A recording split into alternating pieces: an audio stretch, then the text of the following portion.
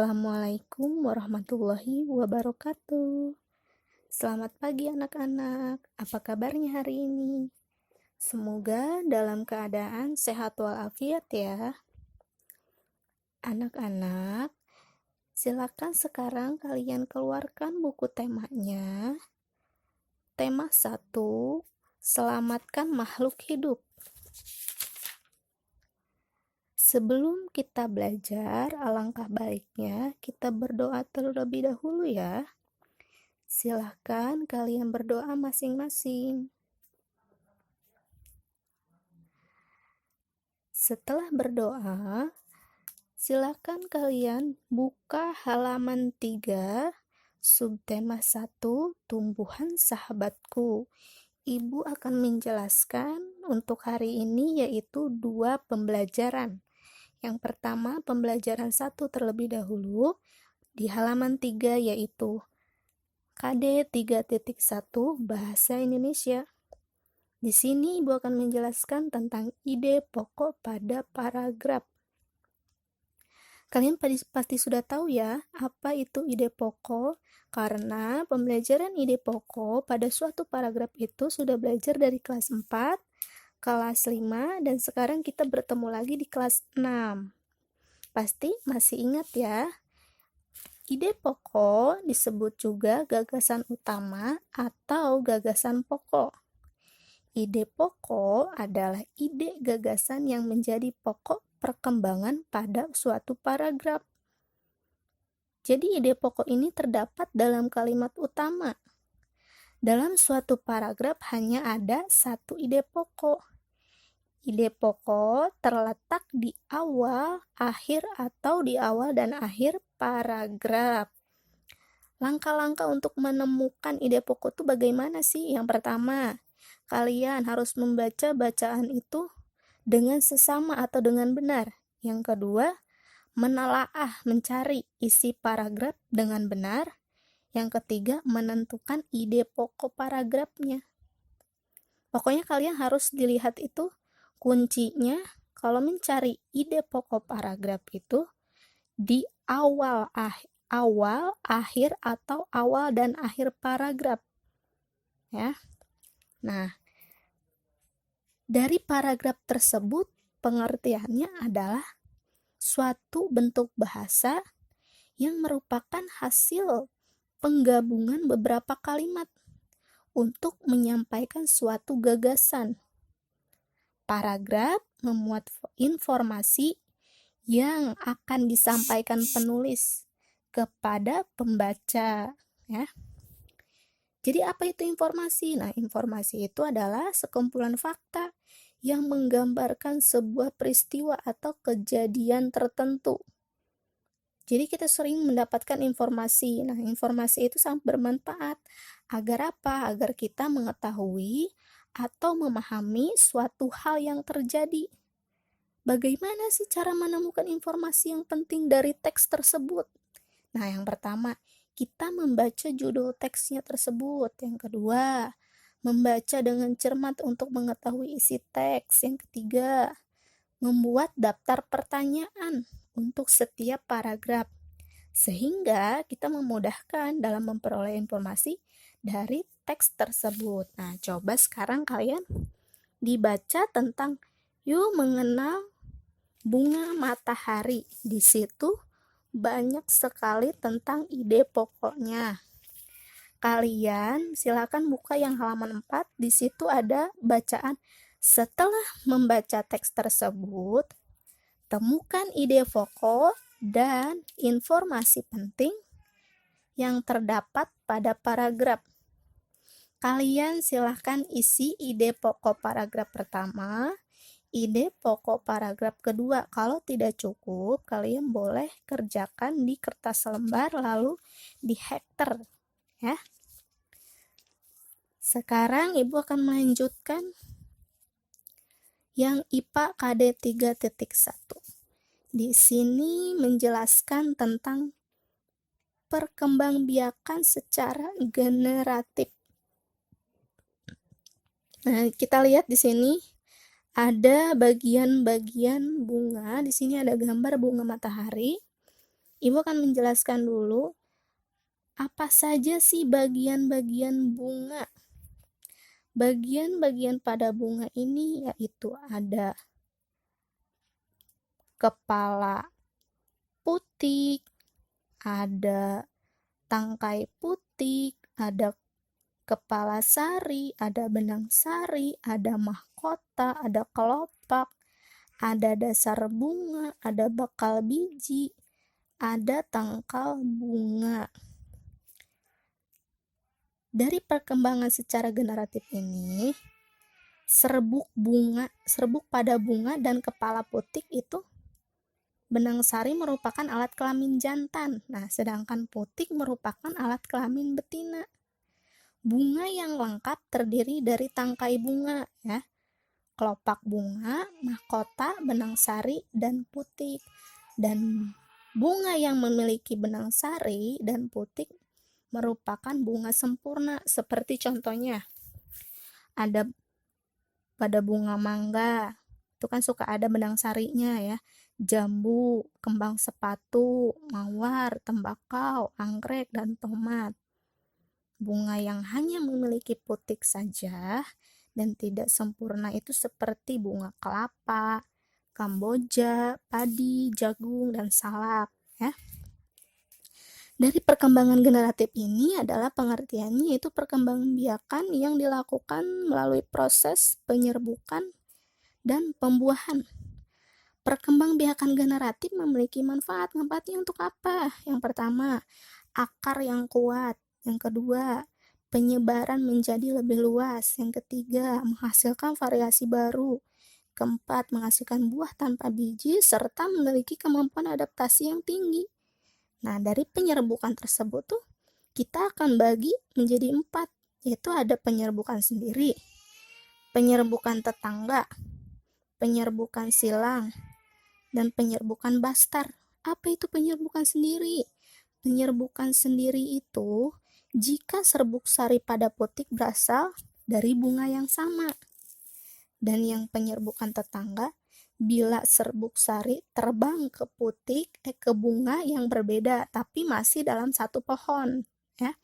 Itu kalau penyerbukan tetangga. Kalau penyerbukan silang yaitu jika serbuk sari hinggap di putik bunga lain di pohon lain yang masih sejenis.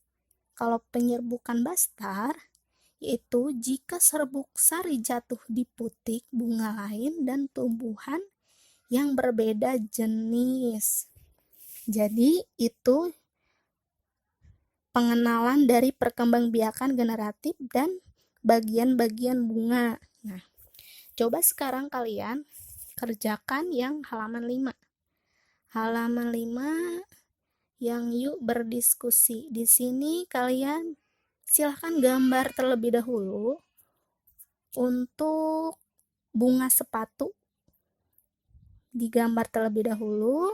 Di sini ada contohnya di halaman 4 tentang gambar bunga sepatu. Dan kalian silahkan tuliskan bagian-bagian bunga sepatunya apa saja. Di situ ada di halaman 4. Lalu kalian isi perkembangan generatif pada bunga sepatu bagaimana dan manfaatnya seperti apa.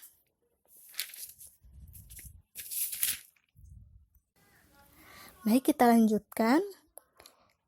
Yang halaman 5 tentang IPS 3.1 dan 4.1. Di sini kita akan mengenal keberagaman sosial budaya di negara ASEAN. Kawasan Asia Tenggara dihuni oleh kelompok etnik yang beraneka ragam dan persebarannya tidak merata. Penduduk kawasan Asia Tenggara terdiri dari penduduk asli dan penduduk pendatang. Penduduk asli terdiri atas etnik Melayu, Samang, Negrito, Dayak, Tai, dan Khmer, dan Laos. Penduduk pendatang terdiri atas etnik Cina, Arab, India, Sri Lanka, dan Eropa. Keberagaman di Asia Tenggara ini mempengaruhi keberagaman budayanya. Berikut kehidupan sosial budaya negara-negara ASEAN. Negara ASEAN dibagi menjadi 9 negara, Yang pertama yaitu ada Malaysia, Singapura, Brunei Darussalam, Thailand, Filipina, Vietnam, Kamboja, dan Laos. Silahkan kalian baca untuk bagian-bagian negara di ASEAN Tenggara. Nah, setelah itu kalian kerjakan yang yuk berdiskusi. Halaman 10. Kalian lihat tabel, contoh tabel di bawahnya ya. Contoh tabel perbandingan kehidupan sosial budaya. Di situ sudah ada contoh Malaysia, Singapura, dan Brunei Darussalam. Lalu kalian lanjutkan bikin lagi kotaknya di bawahnya.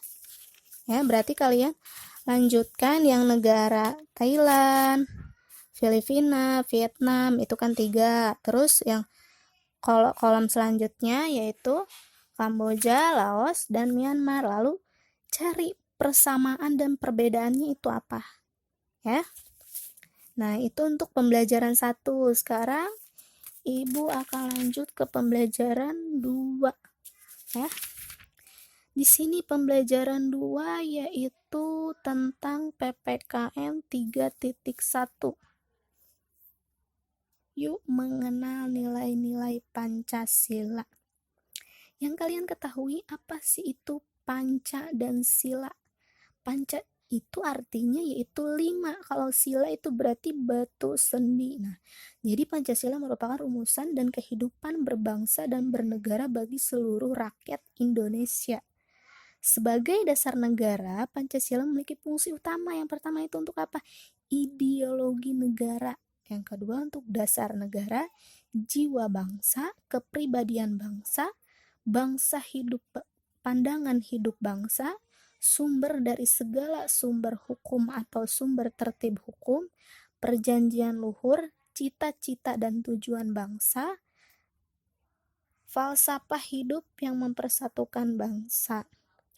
5 sila Pancasila memiliki nilai yang harus dipahami dan diamalkan oleh warga negara. Nah, kalian harus hafal ya. Isi dari 5 Pancasila itu apa saja? Kalian pasti sudah tahu nih, ini udah belajar dari kelas 1. Yang pertama, ketuhanan yang Maha Esa. Kedua, kemanusiaan yang adil dan beradab. Ketiga, persatuan Indonesia. Yang keempat, kerakyatan yang dipimpin oleh hikmat kebijaksanaan dalam permusyawaratan perwakilan. Yang kelima, keadilan sosial bagi seluruh rakyat Indonesia. Nah, sekarang kalian kerjakan yang halaman 12. Di situ ada. Mari diskusikan dengan kelompokmu. Jadi tidak usah diskusikan dengan kelompok, kalian kerjakan sendiri saja 1-3. Kalau tidak cukup seperti biasa, kalian kerjakan di kertas lembar lalu ditempelkan di LKS, di hektar biar tidak copot ya. Lalu di sini ada kreasi yang halaman 13, SBDP. Kalian pasti sudah tahu tentang patung dan teknik pembuatan patung. Seni patung itu apa ya? Seni patung itu adalah cabang seni rupa berwujud 3 dimensi yang diciptakan dengan cara ada yang cara memahat, modeling, casting atau cetakan ya. Unsur rupa dalam seni patung terdiri dari garis, warna, tekstur atau permukaan, raut, bentuk, ruang, volume, gelap atau terang.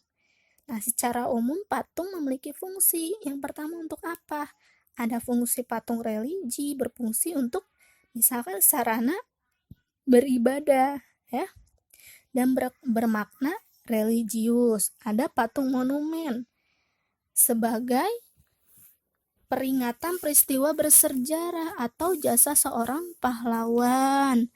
Ada patung arsitektur, berfungsi untuk apa? Dalam konstruksi bangunan. Yang keempat ada patung dekorasi, yaitu untuk menghias bangunan atau lingkungan taman.